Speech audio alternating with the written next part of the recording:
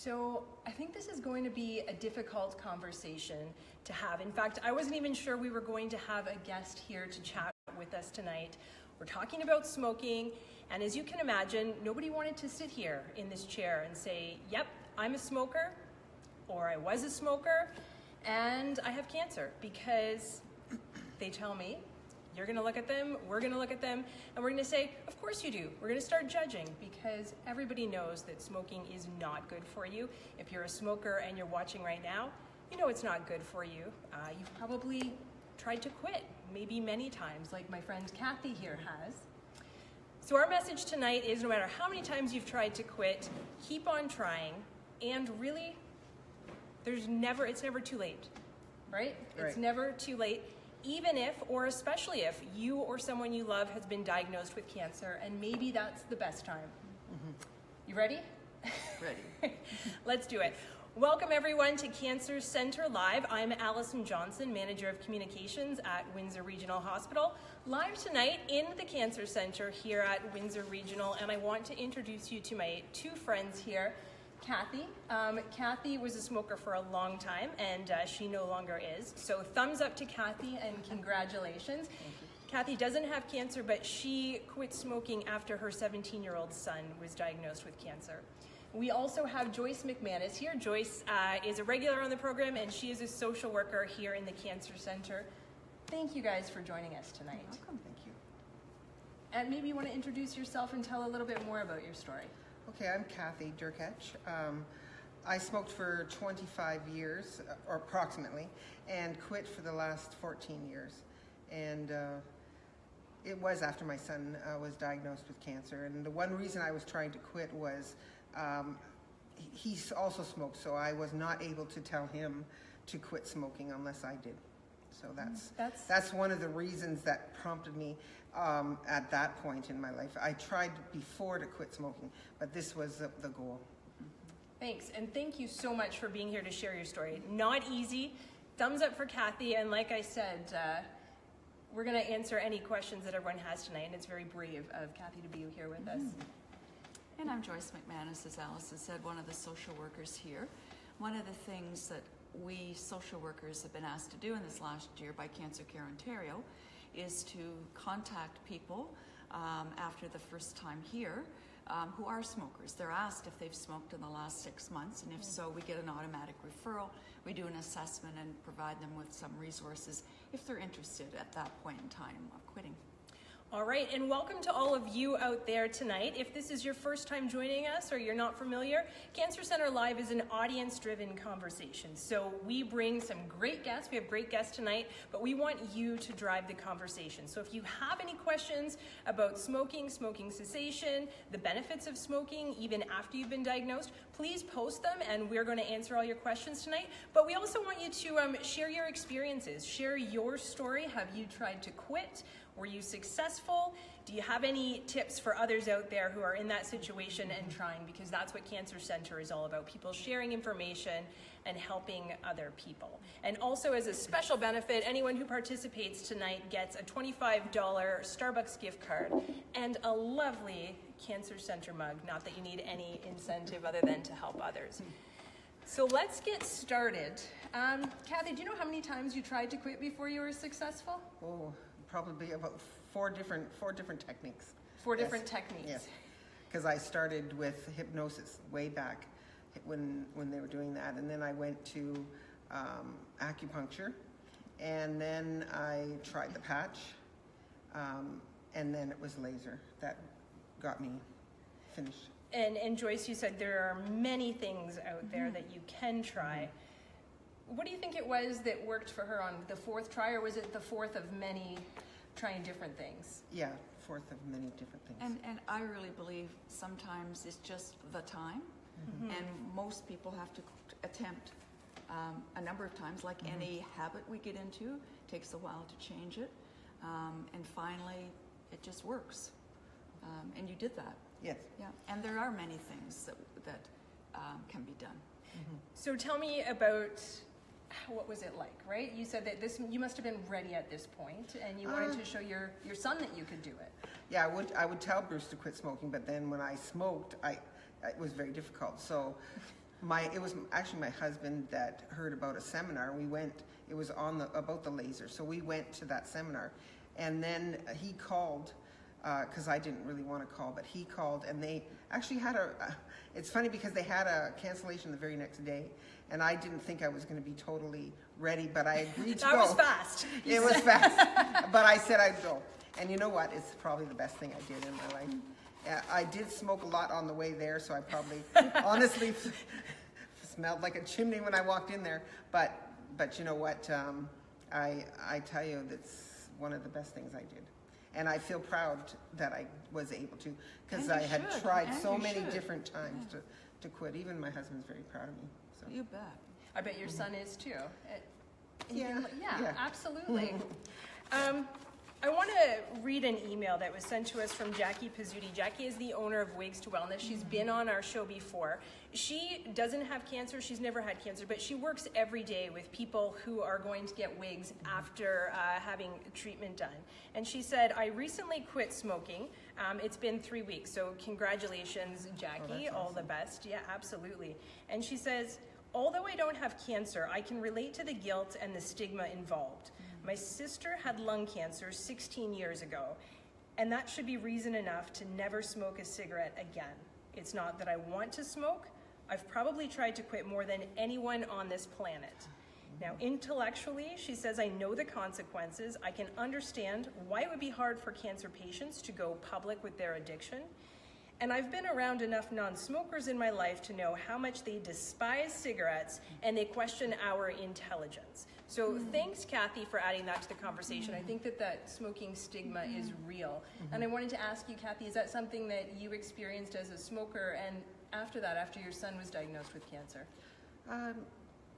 I don't think I did all that much after Bruce quit smoking. It was more my own feeling that I should quit to prove it to him that we could do it. And I think, when I first started smoking, it was more accepted way back when I first started. And then, yes, it got now, people made faces at you and people don't like it now. And that was part of another reason that I wanted to quit. I didn't like going out in the cold weather and, coming back in smelling like smoke. So it was that. And probably even more so now than it would have been 14 years ago. Yeah. And Kathy goes on to talk about, or Jackie, goes on to talk about the feelings of guilt. And did you feel guilty for the people who didn't get cancer or the people who do? Because they smoke, you mean? Because you were smoking and the secondhand smoke. And when my son was diagnosed, I didn't feel guilty at that time because I was under so much stress and trying to help him. So it wasn't something I thought, but later I did think about it. And, I had some guilt for that. Do you talk to people about guilt either because they smoke and got cancer and feel guilty, or because their loved one, or feelings they have toward a loved one who got cancer because of smoking? Yeah, I don't bring it up in the assessment, but Sure. in talking with people, there are a lot of those feelings. And I think even when we do some of the phone assessments, that people will say, I feel like I'm being judged. I've just got this diagnosis of cancer and you're asking me to quit smoking. And there's there's a lot of feelings around that. And people do talk of guilt. Like, I know I should have quit. My kids or my spouse have been after me for years and never thought it would happen to me, and here I am, How do you deal with that? And I think that the important thing, and one of the things that I want to talk about is, even if you quit right then after the diagnosis, there are still lots of benefits, right? Because people might say, I already have cancer, right? Why quit? And so what do you tell them? One of the things we know when we call them if they're going to be getting chemotherapy, radiation therapy, or a combination of the two. And there is some information we give to them that chemotherapy works better for people who do not smoke because smoking prevents oxygen getting into the blood as well as it should, and blood circulation of those chemo drugs works better. Same for radiation. People do better who aren't smoking. So even if you stop then, there is a benefit to how your treatments will work. So that's the little bit, and I'm not a physician, so I don't have all the nitty-gritty of how that works in the body, but that's what we give out to people. Some of the research that I found online, it says if you quit, you do have a greater chance of survival, probably Yes. for those reasons that you mentioned. Fewer complications, reduced reoccurrence. If you're having surgery, smoking will actually slow down the healing process. Yes, definitely. And again, if you're having chemotherapy and radiation, it reduces the effectiveness of that. So definitely the benefits are there. When somebody comes into the Cancer Center, you said you're presented right away with this information? They're or- asked at the main desk, and when they first come before they sign their consents and so on, have you smoked with it, or used tobacco products in the last 6 months? And obviously they're going to say yes or no. And but I believe as well, when they first are contacted by the Cancer Center by patient referral, they'll also ask that, because we get that automatic referral from patient when they're first registered. So yeah, it's part of the assessment right from the get-go, and it's mandated by Cancer Care Ontario. Now, still, so you're coming in, you know that smoking's bad for you. You're offered the help and the support, but still, the research says that 2/3 of people will smoke through their treatment. Yeah. Why is that? Any thoughts? I mean, it's hard, right? Other than that. And I hear a lot from people, my goodness, I've just been diagnosed. That's my stress reliever. I know I shouldn't be, or maybe I shouldn't be, but I can't right now. So we say, well, we're here. Social workers are here. We have programs. If you're ready down the road, contact us. Because that is, right? Oh, You've said yeah. that smoking is the hardest thing that you've ever gone through in your life, and people say that cancer is the same thing, going through that cancer journey, the hardest battle that I've ever gone through in my life, and you're asking people to do them both at the same time. And I know you didn't have cancer, but I'm sure that that period in your life was as stressful with your son. So what did you do to I remember I had to change my routine when I quit smoking. Like, I couldn't sit and talk on the phone because that was a trigger? It was a trigger. I couldn't go into coffee shops. I could still have coffee, but not in the same sense. Less coffee, and then just other little things like I told you I had, when I quit, I put a pack of cigarettes in the freezer. For a year, I kept that one pack, and it wasn't opened, but I left it there in case I wanted one. And I guess it was security for me. I don't really know.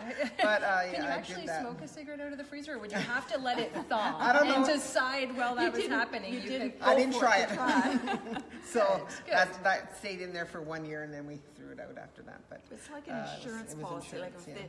the stress gets so high that I'm It's crawling there. out of my skin, Yeah. I know that will work, and it's there. Because But you didn't do it. No, I didn't. Yeah, but it was a security. And when I smoked it, like, one of the other thoughts I had was, I used to tell my husband, it felt like I was losing my best friend, because the cigarette was always there for me when I was stressed, or even when I was sad, or even when I was happy. It's always there in your hand. So sometimes I had to hold something in my hand to just have that feeling of it being there. But those things That's are good advice. little things you can do. But, Well, and and drink lots of water. Okay. I had to drink lots of water. As we're doing that. Yeah. But one of the things I want to pick up on there, Kathy, is that you said that it was always there, and it's fairly simple to pull out the pack, take it, light it, right, and smoke it, and it gave you a sense of control rather than, my goodness, I'm so stressed, my heart's pounding, what in the world am I going to do? Because it's an easy answer to that.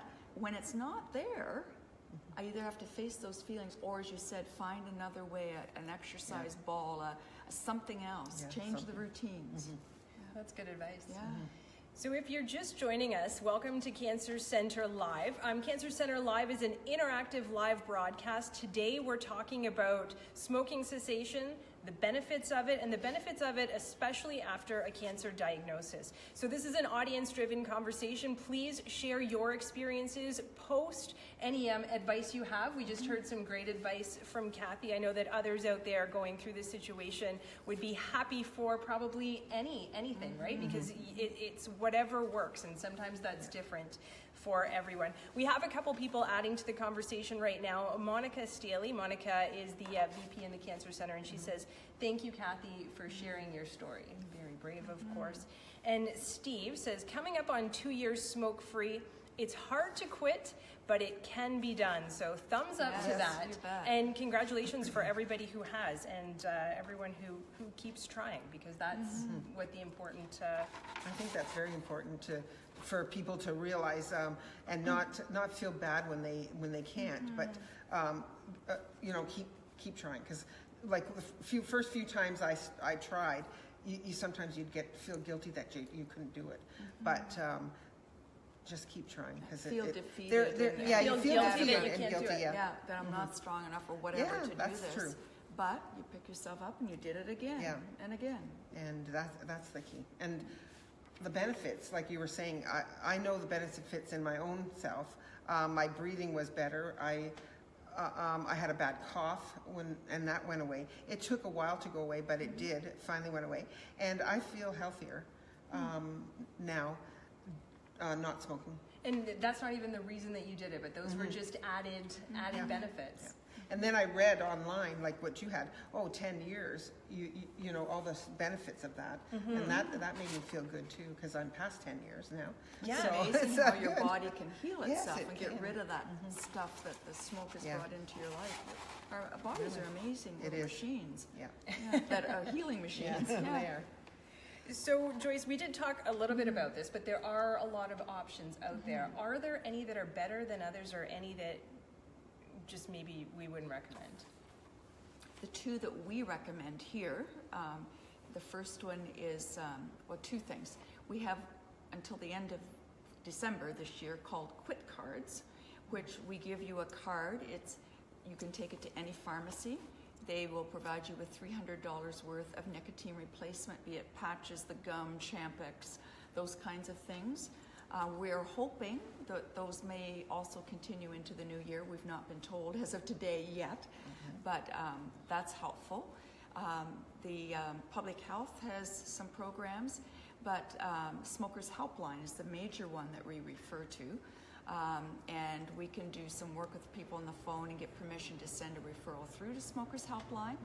Someone from there will call the patient at home and talk about triggers and how to get patches or whatever you're going to do, what some community resources are, and kind of keep in touch with them over the journey of trying to quit. That's interesting. And it's free to the patient. They don't have to be seen face to face. It's on the phone, so you can be somewhat anonymous. A lot of success with that program. So those are the two we recommend. Anything that you don't recommend? Sorry. I just find it interesting. I haven't heard the laser one before. Do you know if that's still being done? I'm not sure, because I did it 14 years ago. I It was certainly downtown. I've heard of acupuncture, that kind of thing. Just basically relaxation, all that kind of stuff to replace your fingers needing to do that. That's kind true. of thing. So there's a lot of things. And I want to mention, Joyce mentioned a number of different organizations there. After the program, I'm going to post links to the Public Health Unit. Yeah, They've got a list of local resources. Also, the Canadian Cancer Society Smokers they do. Hotline and Yes. Cancer Care. It's and good, it's good that they have all these programs, because back when I tried to quit, Not so much. there wasn't that many programs at all. Oh, that's a good point. So it was good. One It's of the good good now. things too is the smoking patches and that. It's not just in Windsor. I know Leamington Hospital has a worker there that does it in various places around, and probably the health teams as well. The family health teams also have somebody that does that. So yeah, there really are resources. That's You good. have to ask. And I did speak to somebody who I was trying to get to come on the show. It was a patient here, didn't end up having cancer, but had a cancer scare and had tried to quit many, many times, and this was it. He said it's been 6 weeks. So if you're watching, thumbs up and congratulations. Yeah, and he said it's one day at a time, as you did. Maybe he has a pack of cigarettes in the freezer. But 6 weeks is huge, and good luck with the rest of that. And I think on that vein, Allison, it's very individual. You know, Yeah, Kathy, what it is. worked for you. For somebody else, it's something totally different. So it's probably a good thing that we share a whole variety of things, because Yes. what worked for you might not Doesn't work for always work me. for someone But else. But we can learn from each Yeah. other. Well, even ways to other things that you can do with it, Yeah. like holding something in your hand, or changing puzzle, changing your routine and things like that. Yeah. For sure. We have a comment from Priya. She says, great topic, very important. It's never too late, and it can improve the effectiveness of cancer treatment. Absolutely. Thank you, Priya. Yes. Thanks for joining us. Bit of a quiet night here on Facebook. I think that many people might be out shopping tonight, That too. or even Christmas. just they don't want to post here because again, that's putting yourself out there. But I think that it's really great that we have these guests tonight to have this conversation, and this will live on Facebook after this discussion. So please share with anybody that you think could benefit from this discussion. And I want to bring back Jackie Pizzuti into the conversation. Again, never had cancer, but has quit, and it's been 6 weeks, I believe, or 3 weeks, she said.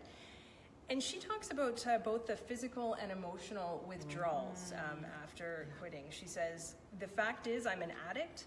I've tried everything from cold turkey to patches, acupuncture, gym, vaping, and on and on. But when I quit, there's a huge void in my life. You mentioned that. I But can relate to that for sure. she says also there's agitation, anger, and depression. And the ability to focus is nearly impossible for me. And at times, I think it could actually be hazardous. For instance, driving a vehicle when you're going through a nicotine withdrawal. And she says, would you want a heroin addict behind the wheel kicking the habit? So is it that bad? I think it can be, for sure. When I quit, I know I used to get angry with my husband, and sometimes he never even smoked, and I want, just go get me one, and in the meantime, he never smoked. Most of my family never smoked, so it wasn't like I could run to anybody. But yeah, it does cause different feelings, and I always thought my cigarette as a friend, Right. Like because it was always there, so. So would you say you were a little bit more irritable afterwards? Oh, definitely. I think irritable in the first little while. Yeah. But I found truly the laser was probably and I'm not really sure why, but the laser, I didn't feel like I wanted a cigarette. As in the past? As in the past. So And I something don't, changed. something changed, yeah. For sure. And I'm not sure what it was, but it helped. I think I have a faith too that probably helped as well. And people talk in that. about cravings, and even many years later, there probably are times when You might kinda smell. like one. You might walk.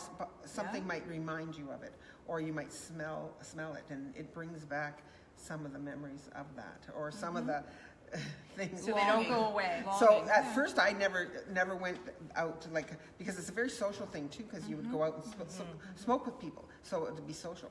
Well, I stopped going out there, and I missed that part of it too. And then, but it took me many years later that I would now go out with them now, and maybe stand there with them for 15 minutes. I do that now to test myself, but and I'm not doing it, so it's good. I can actually do that now without having that urge to want to do it. So it's cool. it is. Kathy mentioned her husband, but what can people do to help somebody else going through the cravings and the withdrawal and the irritability, anger, depression? Do you want to talk about it? Do you want to avoid it? Do you want to be left alone? What helped you? What did your husband do that was helpful or not helpful? Oh, he was supportive with me, like he was there, and if I wanted to go out, if I didn't want to sit, he'd go for a walk, or we'd go in the car. We would do something else, and he was pretty good that way. And if I was irritable, he understood why, and he didn't react to it. Oh, lovely. He That's knew good. he Yeah. knew why, Yeah. or I would verbalize why, and that. But those are like when we were first going, when I was first, the different times I tried, it would get intense, some of the, definitely. I can remember a friend saying he tried and tried, and his wife finally said, "Will you just please go back smoking? I can't stand you." And he My husband did that. Quit again. Yeah, my husband did that. He said, "Kathy, you really need to go back." Yeah. And but that was, and I'm glad, because at that point I needed it, but ready, yeah. I wasn't ready. And that was probably And the right there's thing other to say, things, because like- if you told me to do that, I'm not going to. And there's other things. My husband was very creative. He'd hide cigarettes in the house for me, and I'd have to find them during the day. And he'd only hide 5 of them. So I was looking for 5. So he but limited you to 5? He limited to 5. We're trying that. Anything. We tried a lot of things, believe me. But I would find those 5 cigarettes within the hour. Really? And then I'd be calling him, "Where did you hide the last one?" Oh, it was like... You made a game of It's it. absolutely, I feel it's an addiction, because of the way I felt when I was trying different ways. It literally, I always said, boy, that it is so much of an addiction, because you go through withdrawals just like anybody else would. And I really feel strongly that people need support when they go through it. And I had my husband there for me, so that was good.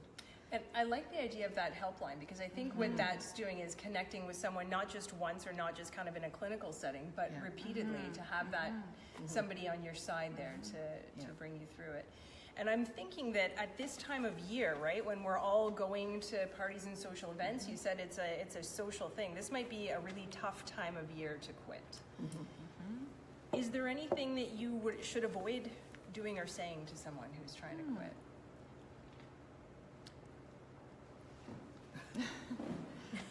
It's a good Or to question. help- I yeah. guess, Sometimes first of that- all, to be judgmental isn't going to cut it. It's not going to help anybody at all. And the people who are smoking probably already feel Judgment. Judgment, Yeah, because judged. they're judging themselves, if Yes, nothing for else, sure. that I really should quit, but I can't, or I'm a failure. So judging doesn't help. Allowing them, I guess, if they're in your home, if it's only that they can smoke outside, then they'll do that. And I think a lot of people do that now anyway. I see lots of folks I used to outside. do that after my son Yeah. after my son was diagnosed. I smoked out. And I guess just to say, if it's your partner or your child, is there anything I can do to help?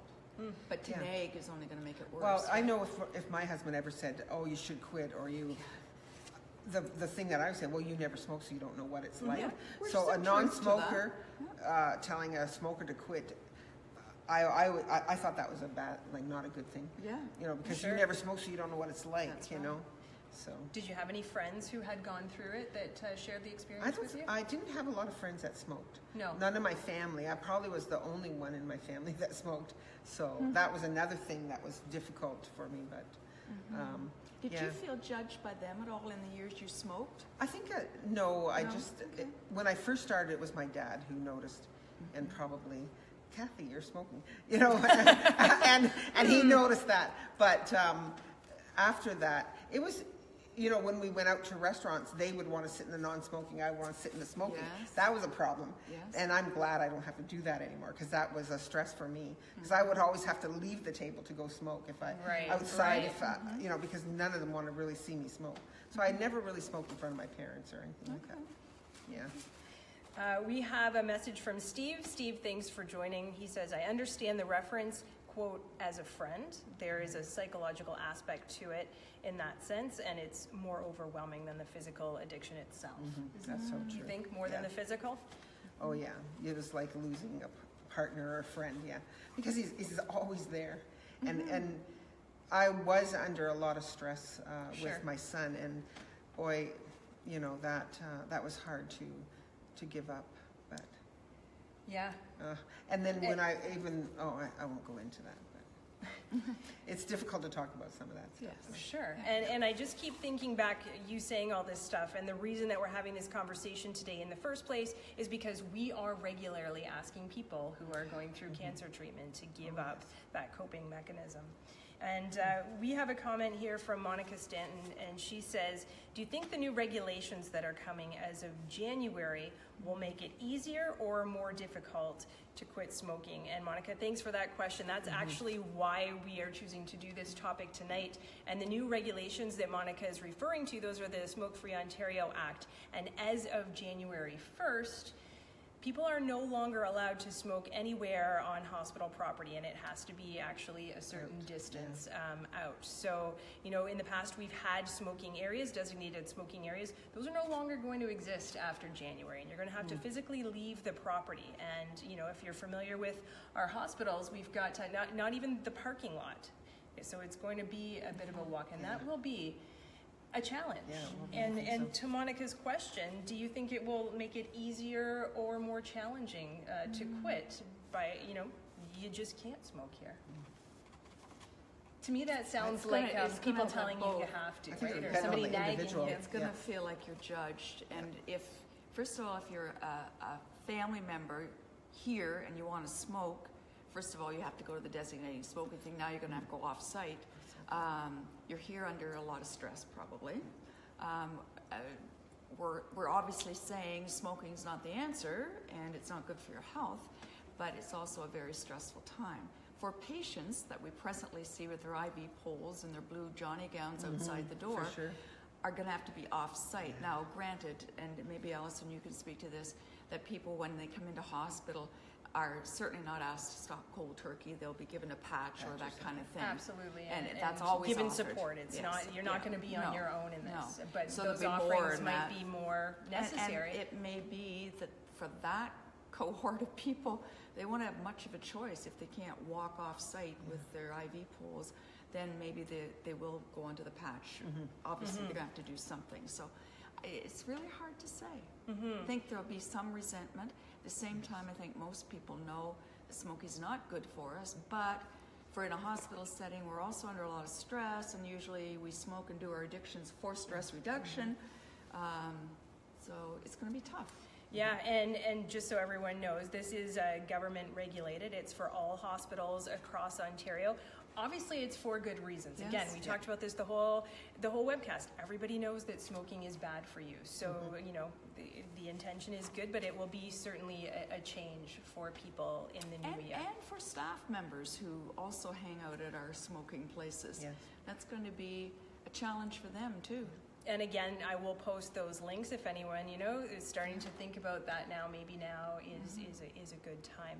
So, I don't know, are there any more questions? If you have your question, I'm going to ask these ladies one more question. Get them in now. And again, I think people might be out shopping tonight, but this is a valuable conversation that we will repost and share. And my last question for both of you is just, do you have anything else to say to people who are watching this right now and thinking, I still got that pack of cigarettes, or maybe tomorrow. Put them in the freezer and Put them in the freezer. Yeah. I like that advice. Yeah. I think you have to be realistic with yourself. Am I ready to quit? Am I thinking about quitting? There's kind of a continuum there. No, I'm not ready to quit. Yeah, I'm thinking about it. Yeah, I've tried.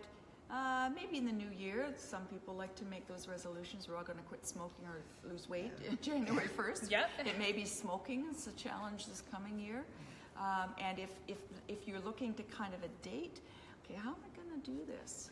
So I'm not going to just wake up Monday morning, say that's it. Well, you can, but if you kind of get a strategy in place with some of the supports, you may be more able to at least give it another good go. So be honest with yourself. Try not to beat yourself up, but be honest with yourself and reach out for help. And again, for anybody who's a cancer patient, if you're not ready now when we call you, there's 5 of us still here that are social workers. Your doctors, your nurses, they will help you. We've got the info, so reach out. And again, to stress the 2 messages that we wanted to start out with today, never quit quitting, and it truly is never too late, no matter where you're at in your life. So thank you both so much. Kathy, I think that you had so much to share today, and Joyce, daily you're sharing this with people. So thank you both, and thank you all for joining us.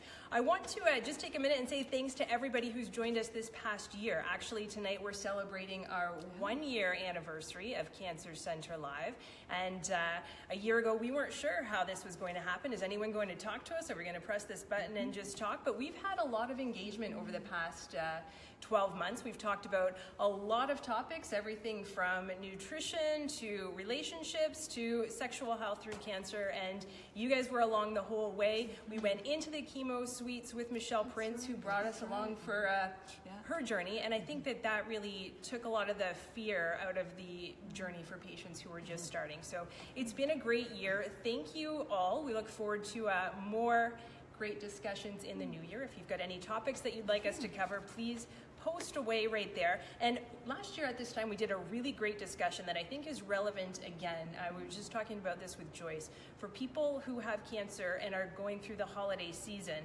last year we had a great discussion about, what can you do if you aren't feeling up to it, or people want to talk about it and you don't, or vice versa. I'm going to repost that again, so please, if you know somebody, check that out and share that as well, because it's a good conversation for this time of year. So with that, I will say happy holidays to everybody. Cheers. Cheers To you guys. And cheers And to cheers all of to you. all of you. Thank you. Good night. Good night.